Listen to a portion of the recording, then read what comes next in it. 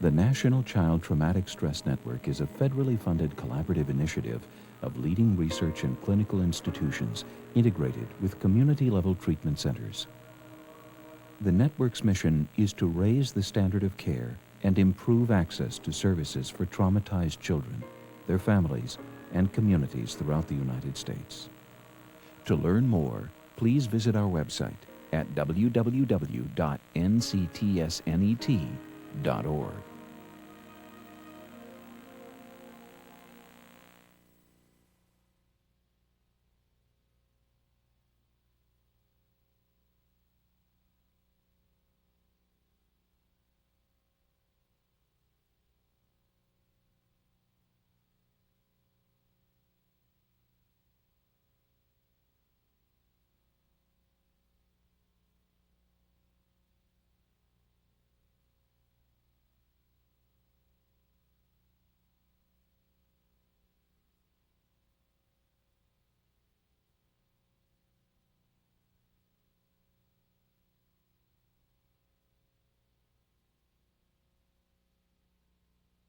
We're going to go from the top of the show all the way through to the bows. So, you know what to do now.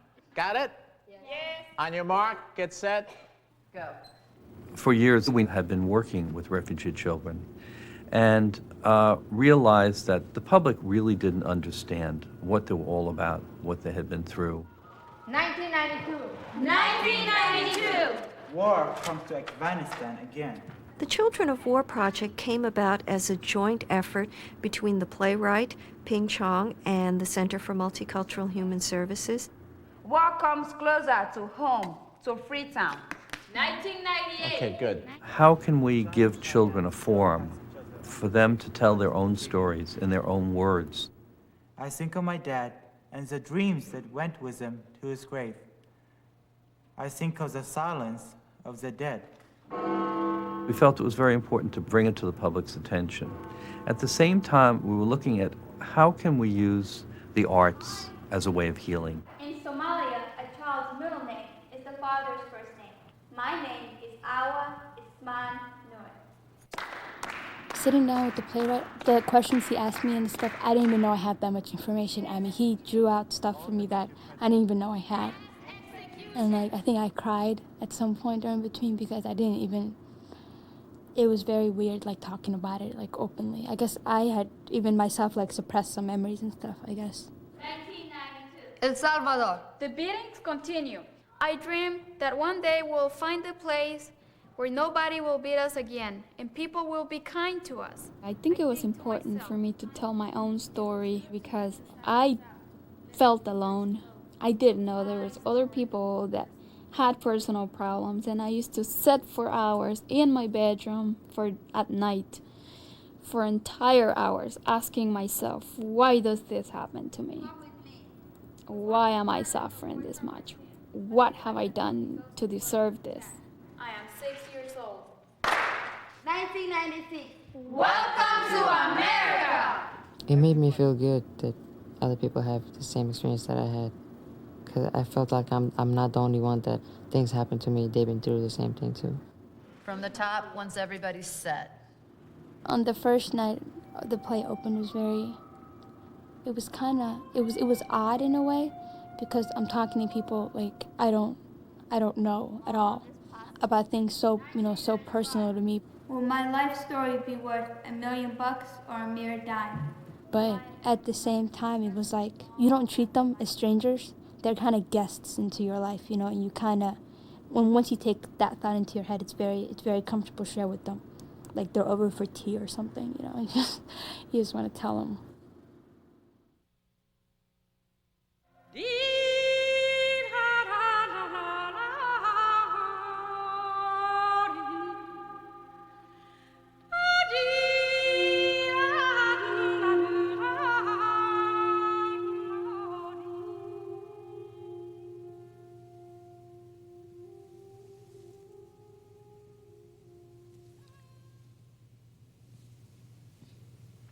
Vamos a empezar. بیا شروع کنیم.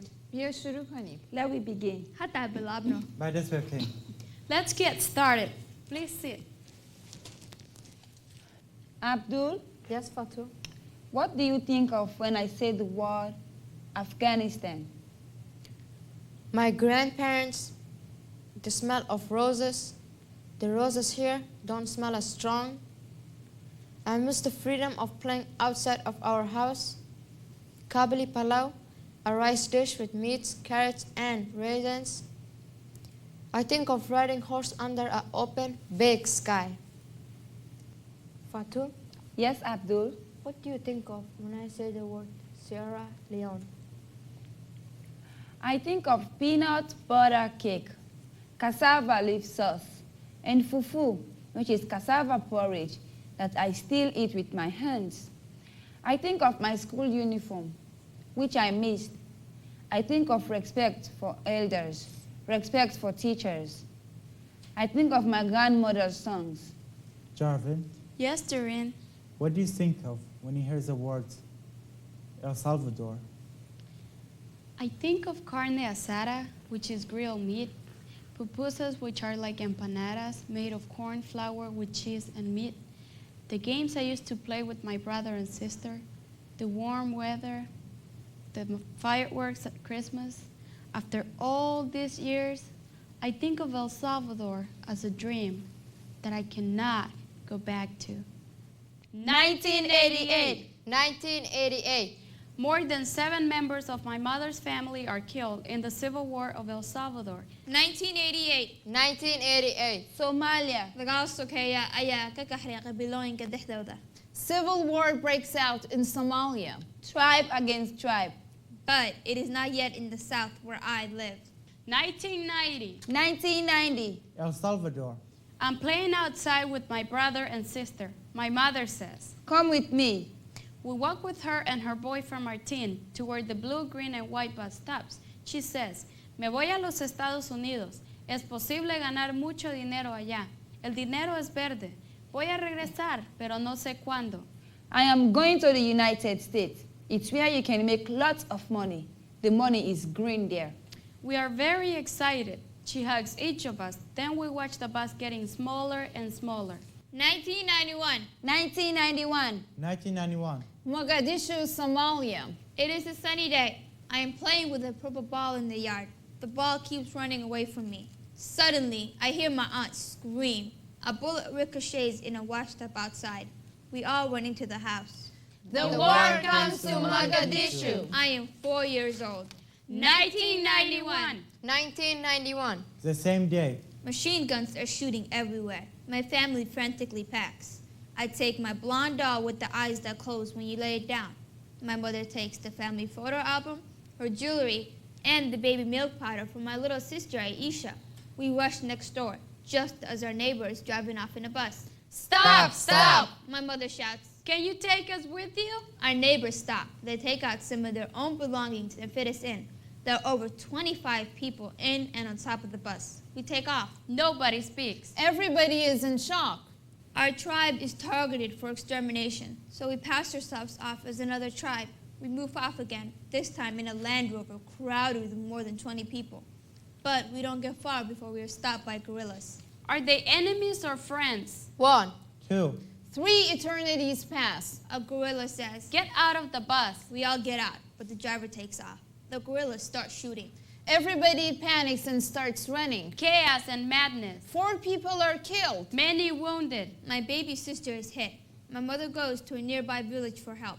1991. 1991. Hoyide awe. ¿Dónde está mi mamá? Madaram Kojost. Dekim Lekyoya. Where me mama? Madaraman Kujost. Where is my mother?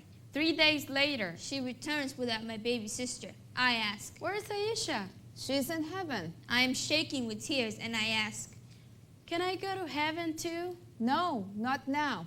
1991. 1991. 1991. The Iraqi army attacks Soleimani again. 3 million people flee the city. My family drives to the Iraqi-Iranian border, but most families go by foot. There are so many people fleeing that our car moves really slow. It begins to rain, the temperature drops. The mountainside is a forest of burned trees and brown mud. Just as we reach the mountains, helicopters begin bombing the city. If I had not left Soleimani's that day, I would not be here now. 1991. Even though international forces stopped the killing, we are afraid. As we drive back slowly into the city, we see bodies everywhere. The streets are stained with blood. Many houses have been burned to the ground. It is a ghost town. Throughout the windows of the car, we watch soldiers looting the homes of our friends. We have no idea which of them are dead or alive. 1992. April 29th, 1992. Sierra Leone. Young soldiers take power from the latest bad government, but they are just as bad. Sierra Leone collapses into civil war. 1992. November 28th, 1992. There has been no electricity for 5 days. My mother cooks dinner under a candlelight. She makes hamburgers for us and only rice and potatoes for herself and my father. When dinner is ready, she wakes my father, who is napping. My father says, Why didn't you wake me earlier? I shouldn't sleep so much. We sit down in the only heated room in the house and eat by candlelight. My father says, I'm starving to death. Just as my father is about to take the first bite, there is a knock at the door.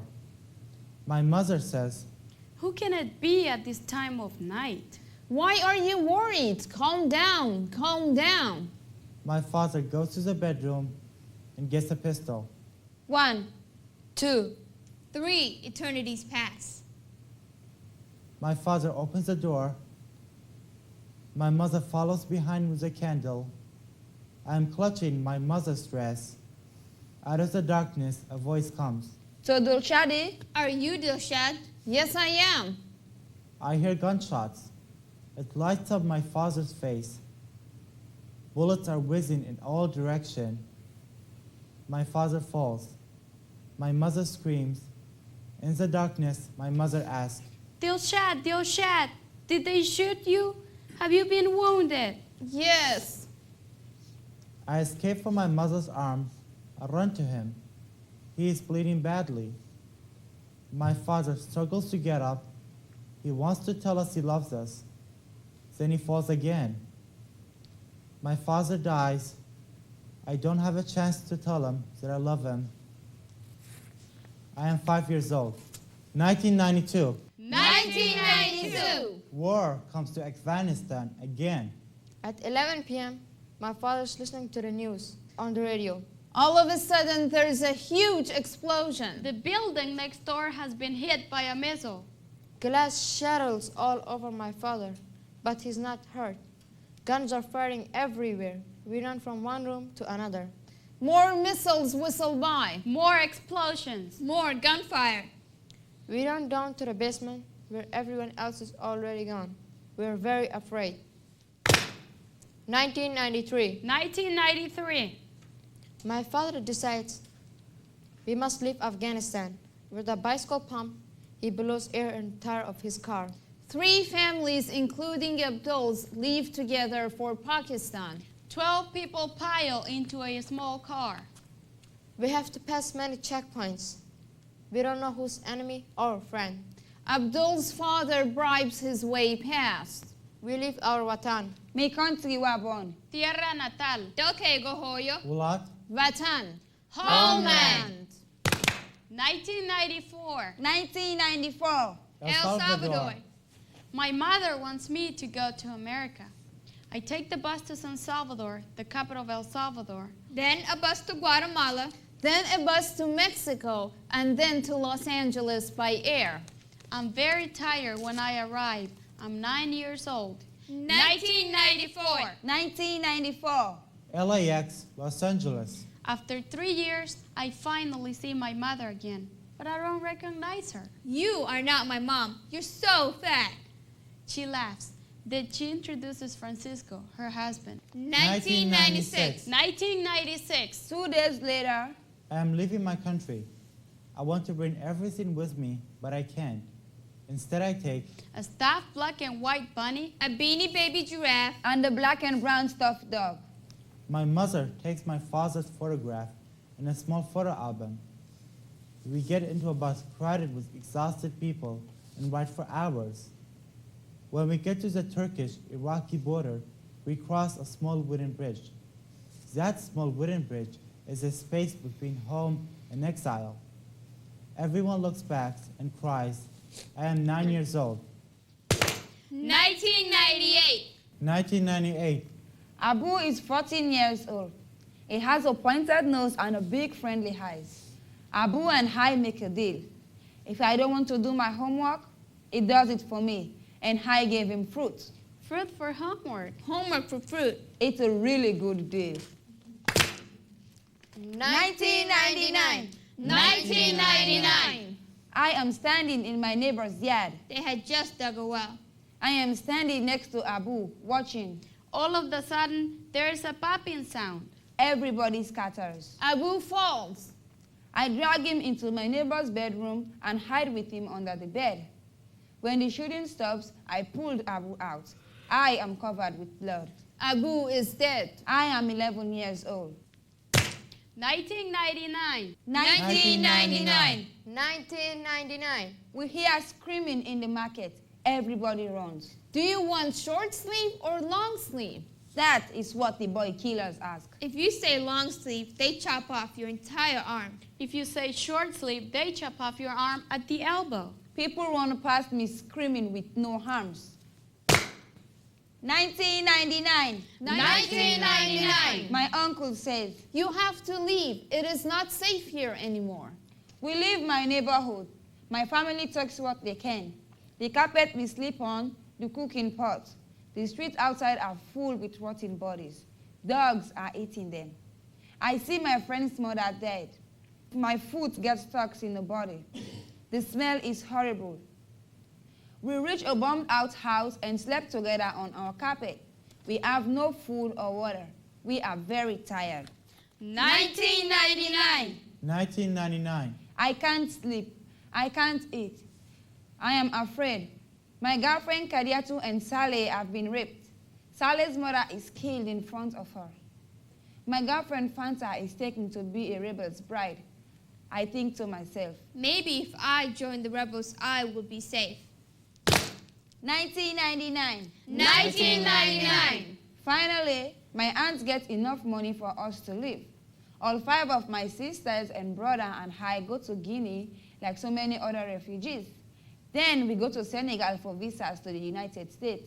2000. 2000. Paul Middle School. On my first day of school, I am surprised that nobody is wearing a uniform. I am surprised to see so many different kinds of kids. I have no friends. At first, I don't eat lunch because the food here is so different. It's no problem. I can go without food. I'm used to being hungry.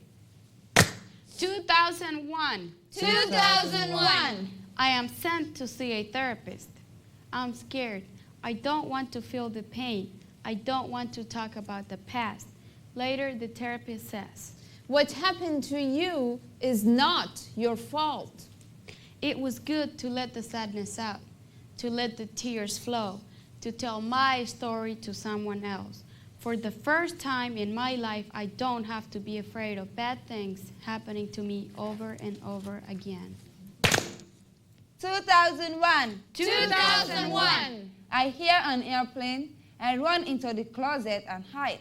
My older sister says, Fatou, we're in the United States now, not in Sierra Leone. I know I'm here now, but my body doesn't believe it. It takes a long time for me to get over any sudden loud noise. I still have problems sleeping. 2002. 2002. Annandale High School. In my world history class, we were watching a videotape about war. A student says, That's really horrible. That's really nasty. I say, That's not nasty. I've experienced worse than that. when I tell the student what I've seen, they don't believe me. I decided not to tell anyone any more of my experiences. 2002. 2002. My father is having a hard time. The language is hard for him. He still have nightmares about the war. 2002. 2002. I am invited to tell my story in a theater production called Children of War. Maybe this time people will understand what I've been through. Maybe this time they will believe me.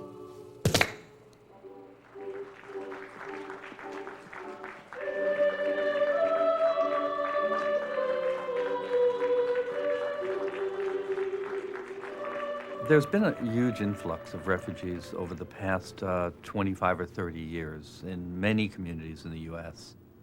It would be a rare school that has no refugee child in the classroom. This forces us to really look at education in a very different way, to look at engaging families in a very different way. Sit down. Very typically, refugee children have not had consistent schooling because the war interrupted the school term. I started school, I would say, a couple weeks after I arrived in the United States, just almost immediately. I was excited in a way because I'd always liked school, and I hadn't gone to school ever since Somalia, so it would have been like 4 years without proper schooling. The tragedy is that after they've left their home countries and feel that they've reached safety, they often face just as many challenges here. I remember my first grade teacher, but I don't remember anything she said because I didn't understand it. There were some other kids, they were Hispanic too, but then they used to say, well, I speak English, I'm the cool one. And I didn't speak any, so I was like, okay, so they wouldn't talk to me or any other kids that would not speak the language. To tell you the truth, the first month I had many fights in school because they used to make fun of me. They'll say stuff like, they call me poor or you don't know English. Many times I try to tell them stuff about Afghanistan, what I've been through, but some of them listen, some of them don't listen. Many of the children who are foreign born, who are Muslim, experienced insults in school, were shunned by other children, and even called terrorist. After 9/11, some of them think like, it's all because of us it happened, many people died. I feel that the schools can do a lot in terms of educating other non-refugee children about who refugee children are and where they've come from and what they've been through. Today we know an awful lot more about the serious impact of trauma on children than we did in the past. We know that these images of what they've experienced live with them and often intrude on their daily lives. Sometimes fairly innocuous sounds, sights, smells, or objects can trigger memories. It could be just as simple as a loud sound, someone dropping a book on the floor, and can be very frightening. It can be a memory of a gunshot or a bomb. We've had teachers say, oh, there's a child in my class, and whenever there's a loud noise or someone shouts in the classroom or even outside our window, this child runs and wants to go in the closet or hides under the desk. Teachers have a wonderful relationship with kids, and sometimes kids will tell them things that they're really, they know that it's significant. They know that it is something that is impacting the student's ability to really focus and be a good student, and yet they feel it's not their area to address. I think that it's absolutely appropriate for teachers to step up and say to principals and administration, we need more help than what we have because we are dealing with a much more complex set of circumstances. She just sort of broke down, so I just sort of held her while she cried, and then. A lot of the kids, trust is a huge issue for them. In my office, I have these unbelievable photographs of kids. Just trying to have an environment for them to walk in that's very, very friendly to them. And so it's like a wonderful icebreaker. I don't have to say a word to these kids. I've had kids point to a picture and say, oh, I think that's from my home country. And I'd say, oh, really? And tell me about your country. Most communities do have mental health systems that can be more responsive to these children if they're identified. I think for teachers, their primary purpose is to be educators, and our primary purpose is to support them. And so we are there as resources. Developing these alliances with community-based organizations can provide not only the outlet for the mental health needs, but also provide perhaps support for the family around basic needs that will make this family stronger and able to function better in a supportive way for the child. Parents who have been severely traumatized often have a way of interacting with the world that reflects the trauma they've experienced, and this is passed on to the child. I can see how my mom and stuff, she left a very like stable home life. She was forced to leave and start over in a brand new country. And I guess that affected her in ways like I can't even begin to imagine, just mentally and emotionally. Children need a lot of support when they've been through what they've been through. And just at the time they need that support, their parents may not be very available to them. I go to summer school, and by the time I come back, my mom's already in the job. And by the time she comes back, I'm sleeping for school. So I don't get to see him that much. I think for the parents, they have just so many things that they're dealing with in their own hearts. And a lot of these parents are working 2 and 3 jobs.